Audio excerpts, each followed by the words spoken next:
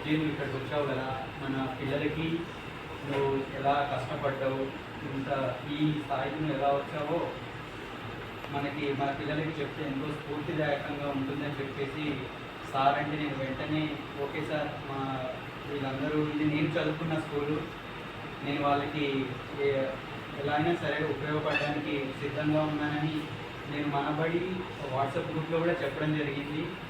అదేవిధంగా అలా చెప్పాను కాబట్టి నేను సార్తో వెంటనే రెస్పాండ్ అయ్యి నేను ఈ ఫ్రైడేలోపు ఎప్పుడైనా సరే అవైలబుల్ ఉంటాను.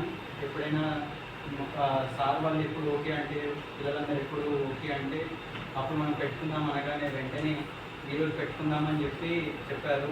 దానికి సార్ వాళ్ళు కూడా పర్మిషన్ ఇచ్చినందుకు, వారి అమూల్యమైన సమయం, ఇది వేరే పీరియడ్ నడిచే సమయం కావచ్చు, అది కూడా మా కోసం కేటాయించినందుకు ధన్యవాదాలు సార్. అలాగే నేను కూడా మనబడి సభ్యుడని, మేము మనబడి స్థాపించినప్పటి నుంచి ఎన్నో కార్యక్రమాలు జరిపిస్తున్నారు. నేను ఇక్కడ లేకపోవచ్చు, కాకపోతే వాట్సాప్ గ్రూప్లలో కానీ వీళ్ళు చేసే డెవలప్మెంట్, పిల్లల్ని ఎంకరేజ్ చేయడం కానీ, వాళ్ళకి చదువులో ఎలా ముందుకు తీసుకెళ్ళాలి అలాంటి కార్యక్రమాలు చేపిస్తున్నారు. సో అందరూ చేస్తున్నారు వాళ్ళకి తోచిన సహాయం. ఇది బహుశా నాకు తెలిసిన సహాయమో, లేదా నేను మీతో ఏదైనా షేర్ చేసుకొని మీకు ఇన్స్పిరేషన్గా నిలవడానికి ఈరోజు ఇక్కడికి వచ్చి నా కెరీర్ నేను ఎలా స్టార్ట్ చేశాను, ఇక్కడికి ఎలా వచ్చాను అనేది మీతో షేర్ చేసుకుంటాను. Thank you. మనబడికి కూడా సో నేను ఇక్కడ ఈరోజు ఉండడానికి ముఖ్య కారణం మా నాన్న శ్రీనివాస్. సో వారు కష్టపడి చదివించినందుకే నేను ఇక్కడ ఉన్నాను. ఈరోజు ఈ స్థాయిలో మీతో మాట్లాడుతున్నాను. మీకు ఇన్స్పిరేషన్గా నిలవడానికి నాకు ఇన్స్పిరేషన్ మా నాన్నగారు ఇక్కడ ఉన్నారు. ఆయన చదివించి ప్రతి సంవత్సరం మాకు ఫైనాన్షియల్గా కావచ్చు మోటివేషన్ ఇవ్వడం కానీ, చదువుకున్న ఇంపార్టెన్స్ మాకు తెలియజేయడంలో ఆయన ప్రధాన పాత్ర ఉంది. సో నన్ను ఎవరైనా చూసారా మీరు ఇంతకుముందు? First time. సో మీరందరూ ఇప్పుడు 10th క్లాస్. సో ప్రతి వాళ్ళు చెప్తారు ఇది ఒక ఇంపార్టెంట్ ఫేజ్, మీ అందరికీ నెక్స్ట్ ఎగ్జామ్స్ ఉంటాయి, బాగా ప్రిపేర్ అవ్వాలి. అవునా? కరెక్ట్. ఇది ఇంపార్టెంట్ ఫేజ్, మీకు కెరీర్లో ఫస్ట్ స్టెప్ అనుకోవచ్చు. బాగా ప్రిపేర్ అవ్వాలి, మంచిగా చదువుకోవాలి. సో మేబీ అందరూ చెప్పేది ఒక రకంగా ఉండొచ్చు, నేను మిమ్మల్ని తీసుకెళ్లే డైరెక్షన్ వేరేలా ఉండొచ్చు. ఎందుకంటే నా అనుభవాలు మీతో షేర్ చేసుకుంటాను. సో నా పేరు విజయ్ కుమార్, మాది రతన్లాల్ తాండా. ఇక్కడ నుంచి ఒక 4 నుంచి 5 కిలోమీటర్లు ఉంటుంది, అడవి ప్రాంతం. అప్పుడు నేను చదువుకున్నప్పుడు సో ఫస్ట్ ఈ ప్రైమరీ స్కూల్లో జస్ట్ అడ్మిషన్ అయ్యాను. కాకపోతే స్కూల్కి రాకపోయేది, అక్కడే ఉంటూ వ్యవసాయం చేసుకుంటే మా పేరెంట్స్ వాళ్ళు వ్యవసాయం చేసుకుంటే వాళ్ళకు సహాయంగా ఉండేవాళ్ళం. గడ్డి మోయడం కానీ, ఆవులు బర్రెలను మేపడం కానీ, రోజు పొలానికి నీళ్లు పెట్టడం కానీ. అప్పటి కాలంలో కరెంటు షిఫ్ట్స్లలో వచ్చేది, పొద్దున ఈ టైంలో లేదా రాత్రి ఈ టైంలో అని చెప్పి. నాకు ఇక్కడ డైరెక్ట్ చేతికి ఒక పారిచ్చి వెళ్ళు నీళ్ళు పెట్టు అని చెప్పి చెప్పేవాళ్ళు ఇంట్లో. ఇంకా సో నాకు అదే తెలుసు అప్పట్లో. సో కొన్ని రోజులకి మేము అక్కడి నుంచి మొత్తం షిఫ్ట్ అయ్యి మాచిరెడ్డి ఎక్స్ రోడ్కి వచ్చినాం. సో మాచిరెడ్డి ఎక్స్ రోడ్కి వచ్చినప్పుడు నేను స్కూల్లో జాయిన్ అయ్యాను. అప్పటి వరకు ఈ స్కూల్లో అసలు నేను వచ్చిందే లేదు, ఏదో ఒక రోజు 2 రోజులు వచ్చాను కావచ్చు నాకు తెలిసి. చదువు రాదు, ఏమీ రాదు. ఇంకా చెప్పాలంటే అది చాలా ముద్దు అంటారుగా, ముద్దు ఉంటాను నేను చెప్పాలంటే. అక్కడికి వెళ్ళినప్పుడు అసలు నాకు లాంగ్వేజ్ కూడా రాదు, నాకు తెలుగు రాదు. అందరూ నా తోటి విద్యార్థులందరూ తెలుగు మాట్లాడేవాళ్ళు. వాళ్ళతో నేను కమ్యూనికేట్ అవ్వడానికి అసలు నాకు లాంగ్వేజే తెలియదు. కాకపోతే స్లోగా నేర్చుకున్నా. సో నేను నేర్చుకుంటా ఉంటే నాకు అర్థమైంది ఏంటంటే, నేను రోజు నీళ్లు పెట్టడం కానీ, ఆవులు బర్రెలను మేపడం కానీ, వాటితో పోలిస్తే చదువుకోవడం అనేది చాలా ఈజియెస్ట్ పని. ఎందుకంటే మీరు ఎప్పుడైతే ఒక లెవెల్ కష్టం చూస్తారో దానితో మీరు ఆటోమేటిక్గా చదువు అనే దాన్ని కంపేర్ చేసుకున్నాను నేను ఆ టైంలో. ఎందుకంటే ఆవులు మేపడం కానీ, రోజంతా ఎండలో తిరుగుతూ ఉండాలి, మళ్ళీ ఇంటికి వచ్చినాక పేడ తీయడము, చెట్లకు పొలానికి నీళ్లు పెట్టడం కానీ, ఇవన్నీ చాలా కష్టమైన పనులు. కాకపోతే అది చేస్తే తెలుస్తుంది. వాటితో మేము పోల్చుకున్నప్పుడు అసలు అది చదవడం అంటే ఎంత ఈజియెస్ట్ పని. జస్ట్ కూర్చోవాలి, బుక్స్ ఇస్తారు, చదువుకోవాలి, మళ్ళీ ఇంటికి వెళ్ళాలి, తినాలి, రావాలి, ఇంతే. అసలు ఇంట్లో ఎండలో తిరగడం లేదు, చెమటోడ్చడం లేదు, రోజంతా కష్టపడి పని చేయాల్సిన అవసరం కూడా లేదు.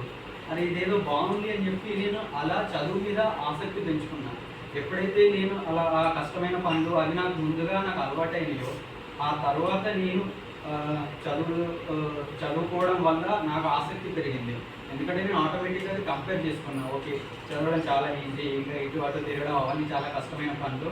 అలా నేను ఆసక్తి పెంచుకొని నాకు లాంగ్వేజ్ కూడా రాకపోయేది. అలా నేను 4th క్లాస్లో డైరెక్ట్ క్లాస్లో టాపర్ ఉండేది. సో లాంగ్వేజ్ లేదు, ఏం లేదు, తోటి విద్యార్థులతో మాట్లాడడానికి కూడా రాదు. సో బుక్స్ చేతితో పట్టుకోవడానికి కూడా మనకు అంటే బ్యాగ్ ఉండకపోయేది. అప్పట్లో యూరియా సంచుల్లో దాన్ని బ్యాగ్లా కుట్టించుకొని మా ఇంట్లో టైలర్ వాళ్ళు ఉంటే వాళ్ళకి యూరియా సంచులు ఇస్తే వాళ్ళు మాకు కుట్టించేవాళ్ళు. కుట్టిస్తే దాంట్లో పెట్టుకొని వెళ్ళి అలా చదువుతుండేది. సో ఇంకా నేను డైరెక్ట్ అక్కడ 3rd క్లాస్లో అడ్మిషన్ అయ్యా. 4th క్లాస్లో నేను క్లాస్ టాపర్ని. 5th క్లాస్లో కూడా సేమ్ అదే కంటిన్యూ. అక్కడ నుంచి కొద్దో గొప్ప ఇంగ్లీషు అసలు అప్పటికి 4th 5th క్లాస్ ఉన్నా కూడా ఇంగ్లీష్ ఎవరికి వచ్చేది కాదు. కాకపోతే కొద్దో గొప్ప ఇంగ్లీషు వచ్చేది. అలా నేర్చుకున్నాం, అంటే సార్ వాళ్ళ ఇన్స్పిరేషన్లో కొద్దో గొప్ప ఇంగ్లీష్ నేర్చుకొని, అరే పిల్లవాడు ఇంగ్లీష్ చదువుతున్నాడు అని చెప్పేసి ఇంగ్లీష్ మీడియంలో చేర్పిద్దామని చెప్పి డైరెక్ట్ అక్కడ నుంచి సార్ వాళ్ళే షిఫ్ట్. అంటే ప్రతిసారి అక్కడ ప్రైమరీ అక్కడ 7th క్లాస్ వరకు ఉండేది. సో నేను చదువుకునేటప్పటికి ఆ 7th క్లాస్ ఆ ఇయర్కే అయిపోయింది. సో 5th వరకే అయిపోయింది, అది ప్రైమరీ స్కూల్ అయిపోయింది. అప్పటి వరకు అది అప్పర్ ప్రైమరీ స్కూల్ ఉండేది. సో డైరెక్ట్ ఇంకా ఈ స్కూల్లో జాయిన్ చేసి డైరెక్ట్ ఇంగ్లీష్ మీడియంలో వేశారు. సో మా batch first English medium batch government స్కూల్లో. చాలా ఇబ్బందిగా ఉండేది ఇంగ్లీష్ అప్పట్లో. అంటే మాకు మాత్రమే కాదు, టీచర్స్కి కూడా, వాళ్ళకి ఫస్ట్ టైం, మాకు ఫస్ట్ టైం. సో మమ్మల్ని ఏం చేసేదంటే డైరెక్ట్ తెలుగు మీడియంలో వాళ్ళ దగ్గర తీసుకొచ్చి అక్కడ కూర్చుని తెలుగు, హిందీ అన్నీ కలిపి చెప్పేసేది. సో ఇక తెలుగులో అర్థమయ్యేది కానీ రాయడానికి రాకపోయేది. ఏదైనా చెప్పడానికి ఇప్పుడు ఎగ్జామ్స్లో మాత్రం బోర్డ్ ఎగ్జామ్స్ పైనుంచి పేపర్స్ వస్తే ఇంగ్లీష్లోనే రాయాలి, తెలుగులో రాస్తే అవ్వదు కదా.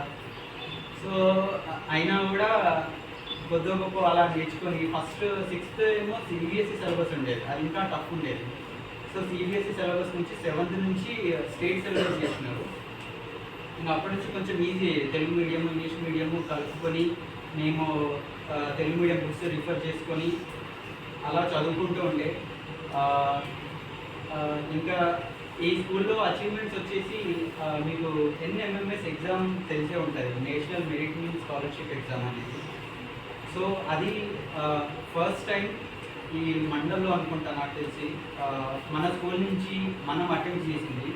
సో నేను ఫస్ట్ క్యాండిడేట్ ఆ ఎగ్జామ్కి, ఆ స్కాలర్షిప్కి ఎలిజిబుల్ అయ్యి సంవత్సరానికి 6,000 స్కాలర్షిప్ని నేను పొందాను. సో అది నాకు ఎంతో బెనిఫిట్ అయింది ఆ టైంలో. సో అది నా ఒక్కడి కష్టమే కాదు, అప్పట్లో ఉన్న మా మ్యాథమెటిక్స్ టీచర్ రామకృష్ణ సారు, ఆయన బాగా ట్రైన్ చేశారు మమ్మల్ని. సో ఆయన ట్రైన్ చేయడం వల్ల ఆయనే కాంపిటేటివ్ తీసుకెళ్ళి ఎగ్జామ్స్ రాపించి, సో అలా మన స్కూల్కి 2 స్కాలర్షిప్స్ వచ్చాయి. ఒక అమ్మాయికి నాకు, తెలుగు మీడియం అమ్మాయికి ఇంగ్లీష్ మీడియం నుంచి నాకు, అలాగే LIC నుంచి గోల్డ్ మెమోరియల్ అని ఇంకొక స్కాలర్షిప్ కూడా రావడం జరిగింది ఆ టైంలో. అది కూడా ఎంతో హెల్ప్ అయింది నాకు ఫైనాన్షియల్గా. అలానే స్కూల్లో ఉన్న వేరే క్విజ్ ప్రోగ్రామ్స్ కానీ లేదా స్పీచ్ ప్రోగ్రామ్స్ కానీ వాటన్నిటిలో నేను ముందుండేవాడిని. ఎందుకంటే సార్ వాళ్ళు నాకు ఎంకరేజ్ చేసేవాళ్ళు. ఇంకా అప్పటి నుంచే మనము స్లోగా సైన్స్ ఫేర్ ఎగ్జిబిషన్స్ కానీ ఇన్స్పైర్డ్ అవార్డ్స్కి వెళ్ళడం కానీ అప్పట్లో స్లోగా ఉండేది, అంటే మెల్లిమెల్లిగా మనం స్టార్ట్ చేస్తున్నాం. సో వెళ్ళిన ప్రతి ఈవెంట్కి నేను వెళ్ళేవాడిని, ఎందుకంటే పిల్లవాడు బాగా చదువుతాడు, తీసుకెళ్దామని చెప్పి ఉపాధ్యాయులు కూడా ఎంతో కృషి చేసేవాళ్ళు నన్ను. సో అలానే ఇంకా కొన్నిసార్లు నాకు 10th వచ్చేసరికి అసలు గైడ్స్ కొనుక్కోవడానికి డబ్బులు కూడా ఉండేవి కాదు. సో ప్రతి ఉపాధ్యాయుడి దగ్గర ఒక ఎక్స్ట్రా గైడ్ కాపీ ఉండేది. సో ఆ గైడ్ కాపీస్ అన్ని నా దగ్గర ఉండేవి, ఎందుకంటే కొనుక్కోవడానికి డబ్బులు లేవు కాబట్టి ఎప్పుడైతే సార్ క్లాస్లోకి వస్తారో ఆ గైడ్ కాపీ నేను సార్కి ఇవ్వడం కానీ ఇంక్రీజ్ రిఫర్ చేసుకోవడానికి. సో అలా అన్ని గైడ్ కాపీస్ అన్ని నా దగ్గర ఉండేవి, ఎందుకంటే వేరే వాళ్ళు ఫైనాన్షియల్గా ఆ గైడ్ కాపీస్ కొనుక్కోవడానికి వాళ్ళకి ఆ డబ్బులు ఉండేవి, వాళ్ళ పేరెంట్స్ హెల్ప్ చేసేవాళ్ళు. నాకు చేసి ఉన్నా కూడా మేము ముగ్గురు, సో ముగ్గురికి మా నాన్న ఒక్కరే చేయడం కష్టంగా ఉండేది. సో అలా అని చెప్పి మేము ఇంకా గైడ్స్కి వెళ్ళలేదు, సార్ దగ్గరికి వెళ్ళి సార్ టెక్నిక్ సార్ ఇలా అని చెప్పి టెక్స్ట్ బుక్స్తో నేను చదువుకునే వాళ్ళం. ఇంకా అలానే ఇంకా చెప్పాలంటే అసలు కటింగ్ చేయించుకోవడానికి కూడా డబ్బులు లేకుండే. సార్ నాకు ఇంకా గుర్తుంది, భాస్కర్ సార్ అని చెప్పి ఆయన నాకు డబ్బులు ఇచ్చి వెళ్ళి కటింగ్ చేయించుకొని రాకు అని చెప్పేసి అంటుండే. ఎందుకంటే అంత అలాంటి ఫేజ్ నుంచి నేను చదువుకోవడం స్టార్ట్ చేశాను. సో ఎప్పుడైతే మీకు ఫస్ట్ కష్టం వాల్యూ తెలుస్తుందో, సో అప్పుడు మీకు చదవడం కానీ వేరేది మీరు ఆటోమేటిక్గా మీ బ్రెయిన్ అనేది ఆటో ట్యూన్ అయిపోతుంది. సో మీరు తెలియకుండా కంపేర్ చేసుకుంటారు, అది ఆ పనికుంటే ఇది చాలా ఈజీగా ఉంది అని చెప్పేసి. సో ఎప్పుడైనా సరే మీకు ప్రాబ్లమ్స్ వస్తున్నాయి లేదా ఏదైనా ఇష్యూస్ ఉన్నాయి అని అంటే మీరు అయ్యో నాకు ప్రాబ్లం వచ్చింది ఇంకా నేను ఇందులో ఎక్కుపోయానని చెప్పేసి మీరు ఎప్పుడూ అదేగే పడద్దు. ప్రాబ్లమ్స్ ఎవరికి ఎక్కువ వస్తున్నాయంటే వాళ్ళు చాలా లక్కీ అని నేను అనుకుంటాను. ఎందుకంటే ప్రాబ్లం వచ్చిందంటే నాకు ఫలానా ప్రాబ్లం ఉంది అని తెలిసి అంటే దానికి అదే 50% సొల్యూషన్ అయిపోయింది అని దాని అర్థం. సో మీకు ప్రాబ్లం తెలిస్తే నెక్స్ట్ ఏం చేయాలో తెలుసు, అసలు ప్రాబ్లమే తెలియకపోతే మీకు తెలియదు ఏం చేయాలని. సో చాలామందికి ప్రాబ్లం ఏంటి అనేది తెలియడానికే చాలా కష్టపడుతూ ఉంటారు. సో అందుకే మీరు ఒక మంచి అప్రోచ్ని చూస్ చేసుకోండి. నేను చూస్ చేసుకునే అప్రోచెస్ కూడా మీకు చెప్తా. ఏదైనా నాకు ఎప్పుడైనా ప్రాబ్లం వస్తే నేను ఎలా సాల్వ్ చేస్తా, ఏదైనా బాగా స్ట్రెస్ ఉన్నప్పుడు నేను ఎలా మేనేజ్ చేసుకుంటా, మల్టిపుల్ వర్క్స్ ఉన్నప్పుడు నేను ఎలా మేనేజ్ చేసుకుంటా, ఫ్యామిలీ నుంచి ప్రెషర్ కానీ లేదా నాకు వర్క్ సైడ్ నుంచి వచ్చే ప్రెషర్స్ కానీ ఇంకా వేరే ఫ్రెండ్స్ నుంచి కానీ ఇలా మల్టిపుల్ ఒక వ్యక్తికి చాలా డిపెండెన్సీస్ ఉంటాయి.